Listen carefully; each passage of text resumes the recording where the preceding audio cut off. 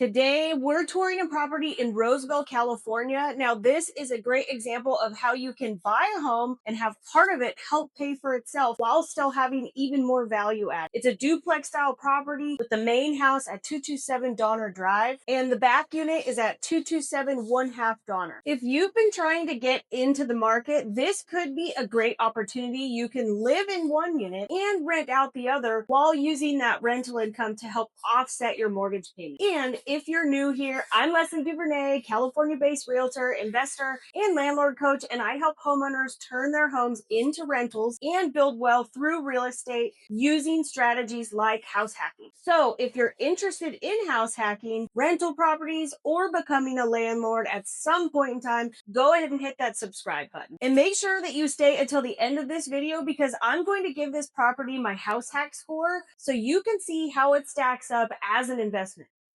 Now, let's get to the property details. This is a duplex with 2 detached dwellings located at 227 Donner Drive in Roseville, California. The front house is 227 and the back unit is 227 1/2 Donner. Very common for address numbers to be like that in the Roseville area if there's multi-units. The property is listed at $620,000 and sits on just shy of a 1/4 acre lot, which is a little bit over 9,000 square feet. This is an alley access property, which I personally love from a rental and upside perspective. It also has a detached 2-car garage off the alley side. Now, the front house is a 2-bedroom, 1-bath, around 900-ish square feet, and the back unit is a 1-bedroom, 1-bath, approximately 650 square feet. From a rental standpoint, the back unit was previously rented for around $1,750 per month, but realistically in today's market, it's probably a little closer to $1,650. This area has seen a little bit of a softening in rents recently, so pricing correctly is going to be very important if you have rentals in the area. While you're house hacking, you could live in the front unit and rent out the back. Personally, I like to do the reverse, or I would suggest the reverse if you can do it. Always pick the smaller unit to occupy and rent out the larger unit. And then you could use that rental income to offset the mortgage for 1 year and turn around and do it again. And then you have 2 income producing units. I can personally vouch for this area as a landlord because I own rental property here. And one thing to keep in mind is that this is a very competitive rental market. There is often a lot of inventory, and not all of the inventory is very similar. So, making sure that your property stands out, whether through condition, presentation, or pricing, is going to make a big difference when it comes to leasing, and also differentiating your property's location or some of the features of the property itself. And the property was originally built in 1926, and it consists of a single story front house that's Craftsman style and a detached single story Craftsman style unit in the back on the alley side. All right, so you don't see this a whole lot. Now, this is a creepy basement that has a big door that looks like something out of the Twisters movie, where you need to pull open the big trap door to hide from the tornado coming in. This is more rare in California to have a home with a basement, but not completely rare for the Roseville area. The one thing to be conscious of if you buy a property like this is you can see that there's a sump pump down there in the ground, and that would be something to be aware of. Is looks like water maybe has gotten down here at some point in time, so that's just something you'd want to do your due diligence on. But I don't really see any major value add to that basement down there. It's more for just home systems, mechanics, electrical, so definitely on the more rare side for California. Now, quick side note, if you're thinking about buying a home and possibly house hacking, I put together a free 4321 house hacker training that walks you through exactly how to get started. And if you're in the California market, I also have a California home buyer guide that breaks down the entire process step by step. And if you're a landlord and you're thinking about offloading a property or repositioning part of your portfolio, especially if you're looking into more landlord friendly markets, I've got resources for that below too. All of those are in the description below. All right, so let's keep checking out this property.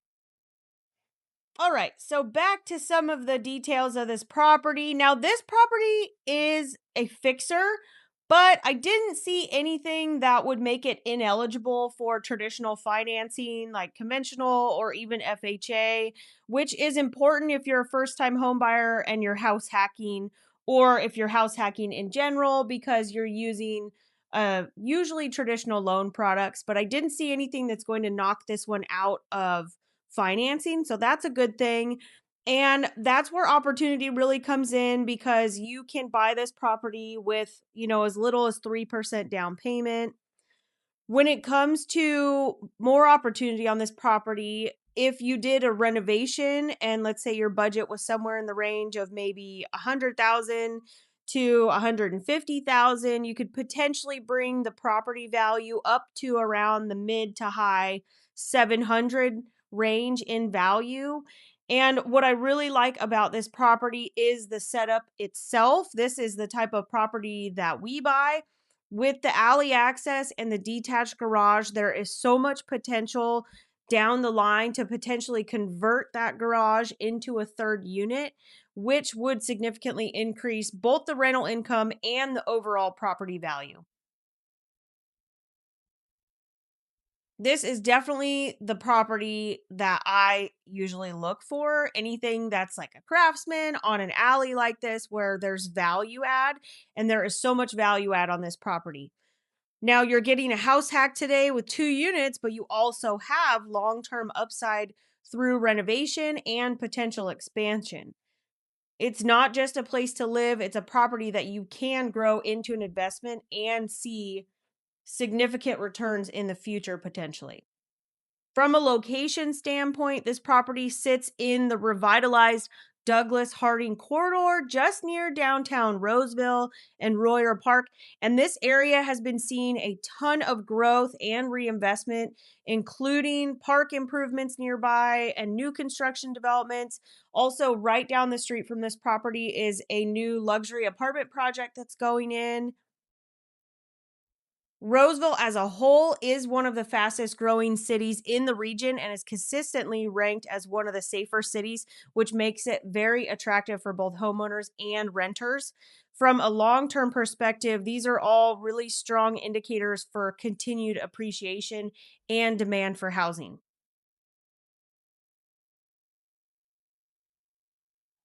Overall, this is an A plus buy if you are looking for a house hack in the area.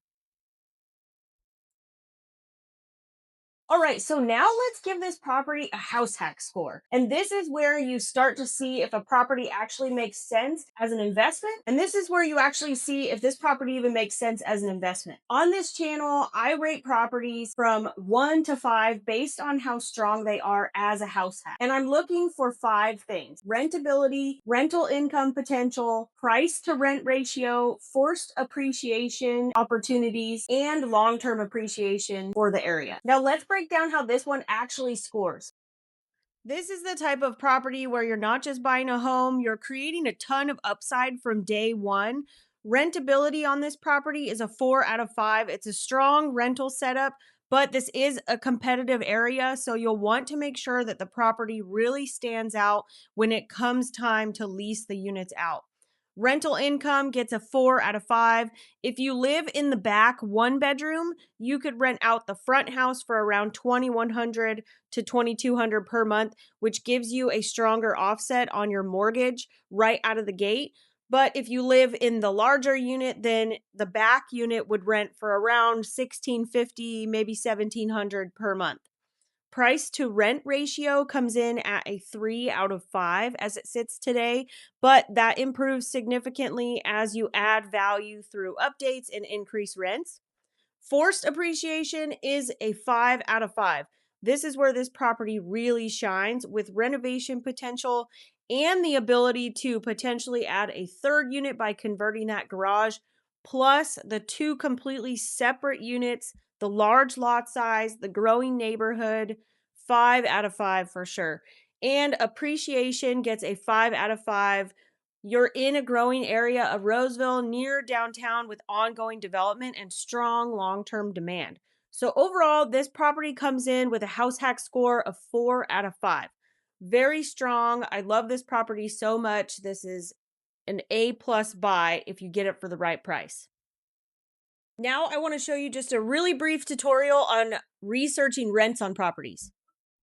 Education moment here on doing your due diligence on properties when you're looking into some of the back end information. On this listing, the previous owner was getting a combined rent $4,025 a month, and I don't think that they would get that today. So just keep that in mind when you're looking at property like this, because sometimes the rents change and you might not be able to attain that. So this rent estimate is actually fairly accurate, and you can see that it has gone down a little bit, but if you scroll down, this is what's really important. You can click show more. You can see their old listing description for the rental. And all I did was just search the address of the back unit. And this is what's really important. So you can see the rental history here. So back in 2020, $1,450, and then it was taken down and then put back up in 2021 for $1,950. And then it was obviously too high in price, so they put it $1,750, and then it rented, and that was in 2021. Then they tried for $1,950 again, and did not get $1,950. They dropped down to $1,750, and then $1,750 the listing was removed. So maybe at that point in time it did actually rent, or they decided to sell it because this is now spring 2026 and the property is for sale. So maybe they did a short-term lease, who knows, but we'll just say $1,750 was the last rented rate. Now, I've rented a property in this neighborhood within the last few months. That's one of my own properties, and so I know that the rents have fallen. We got less than what we rented for previously. So just keep that in mind. This Zillow rent estimate is actually pretty accurate for the property. Now, here is the actual listing for sale, and you can still find the rental data on the listings for sale. You just have to scroll down, and you need to get all the way down to the listing history here. Okay, so what we can see here is the property's changed hands a few times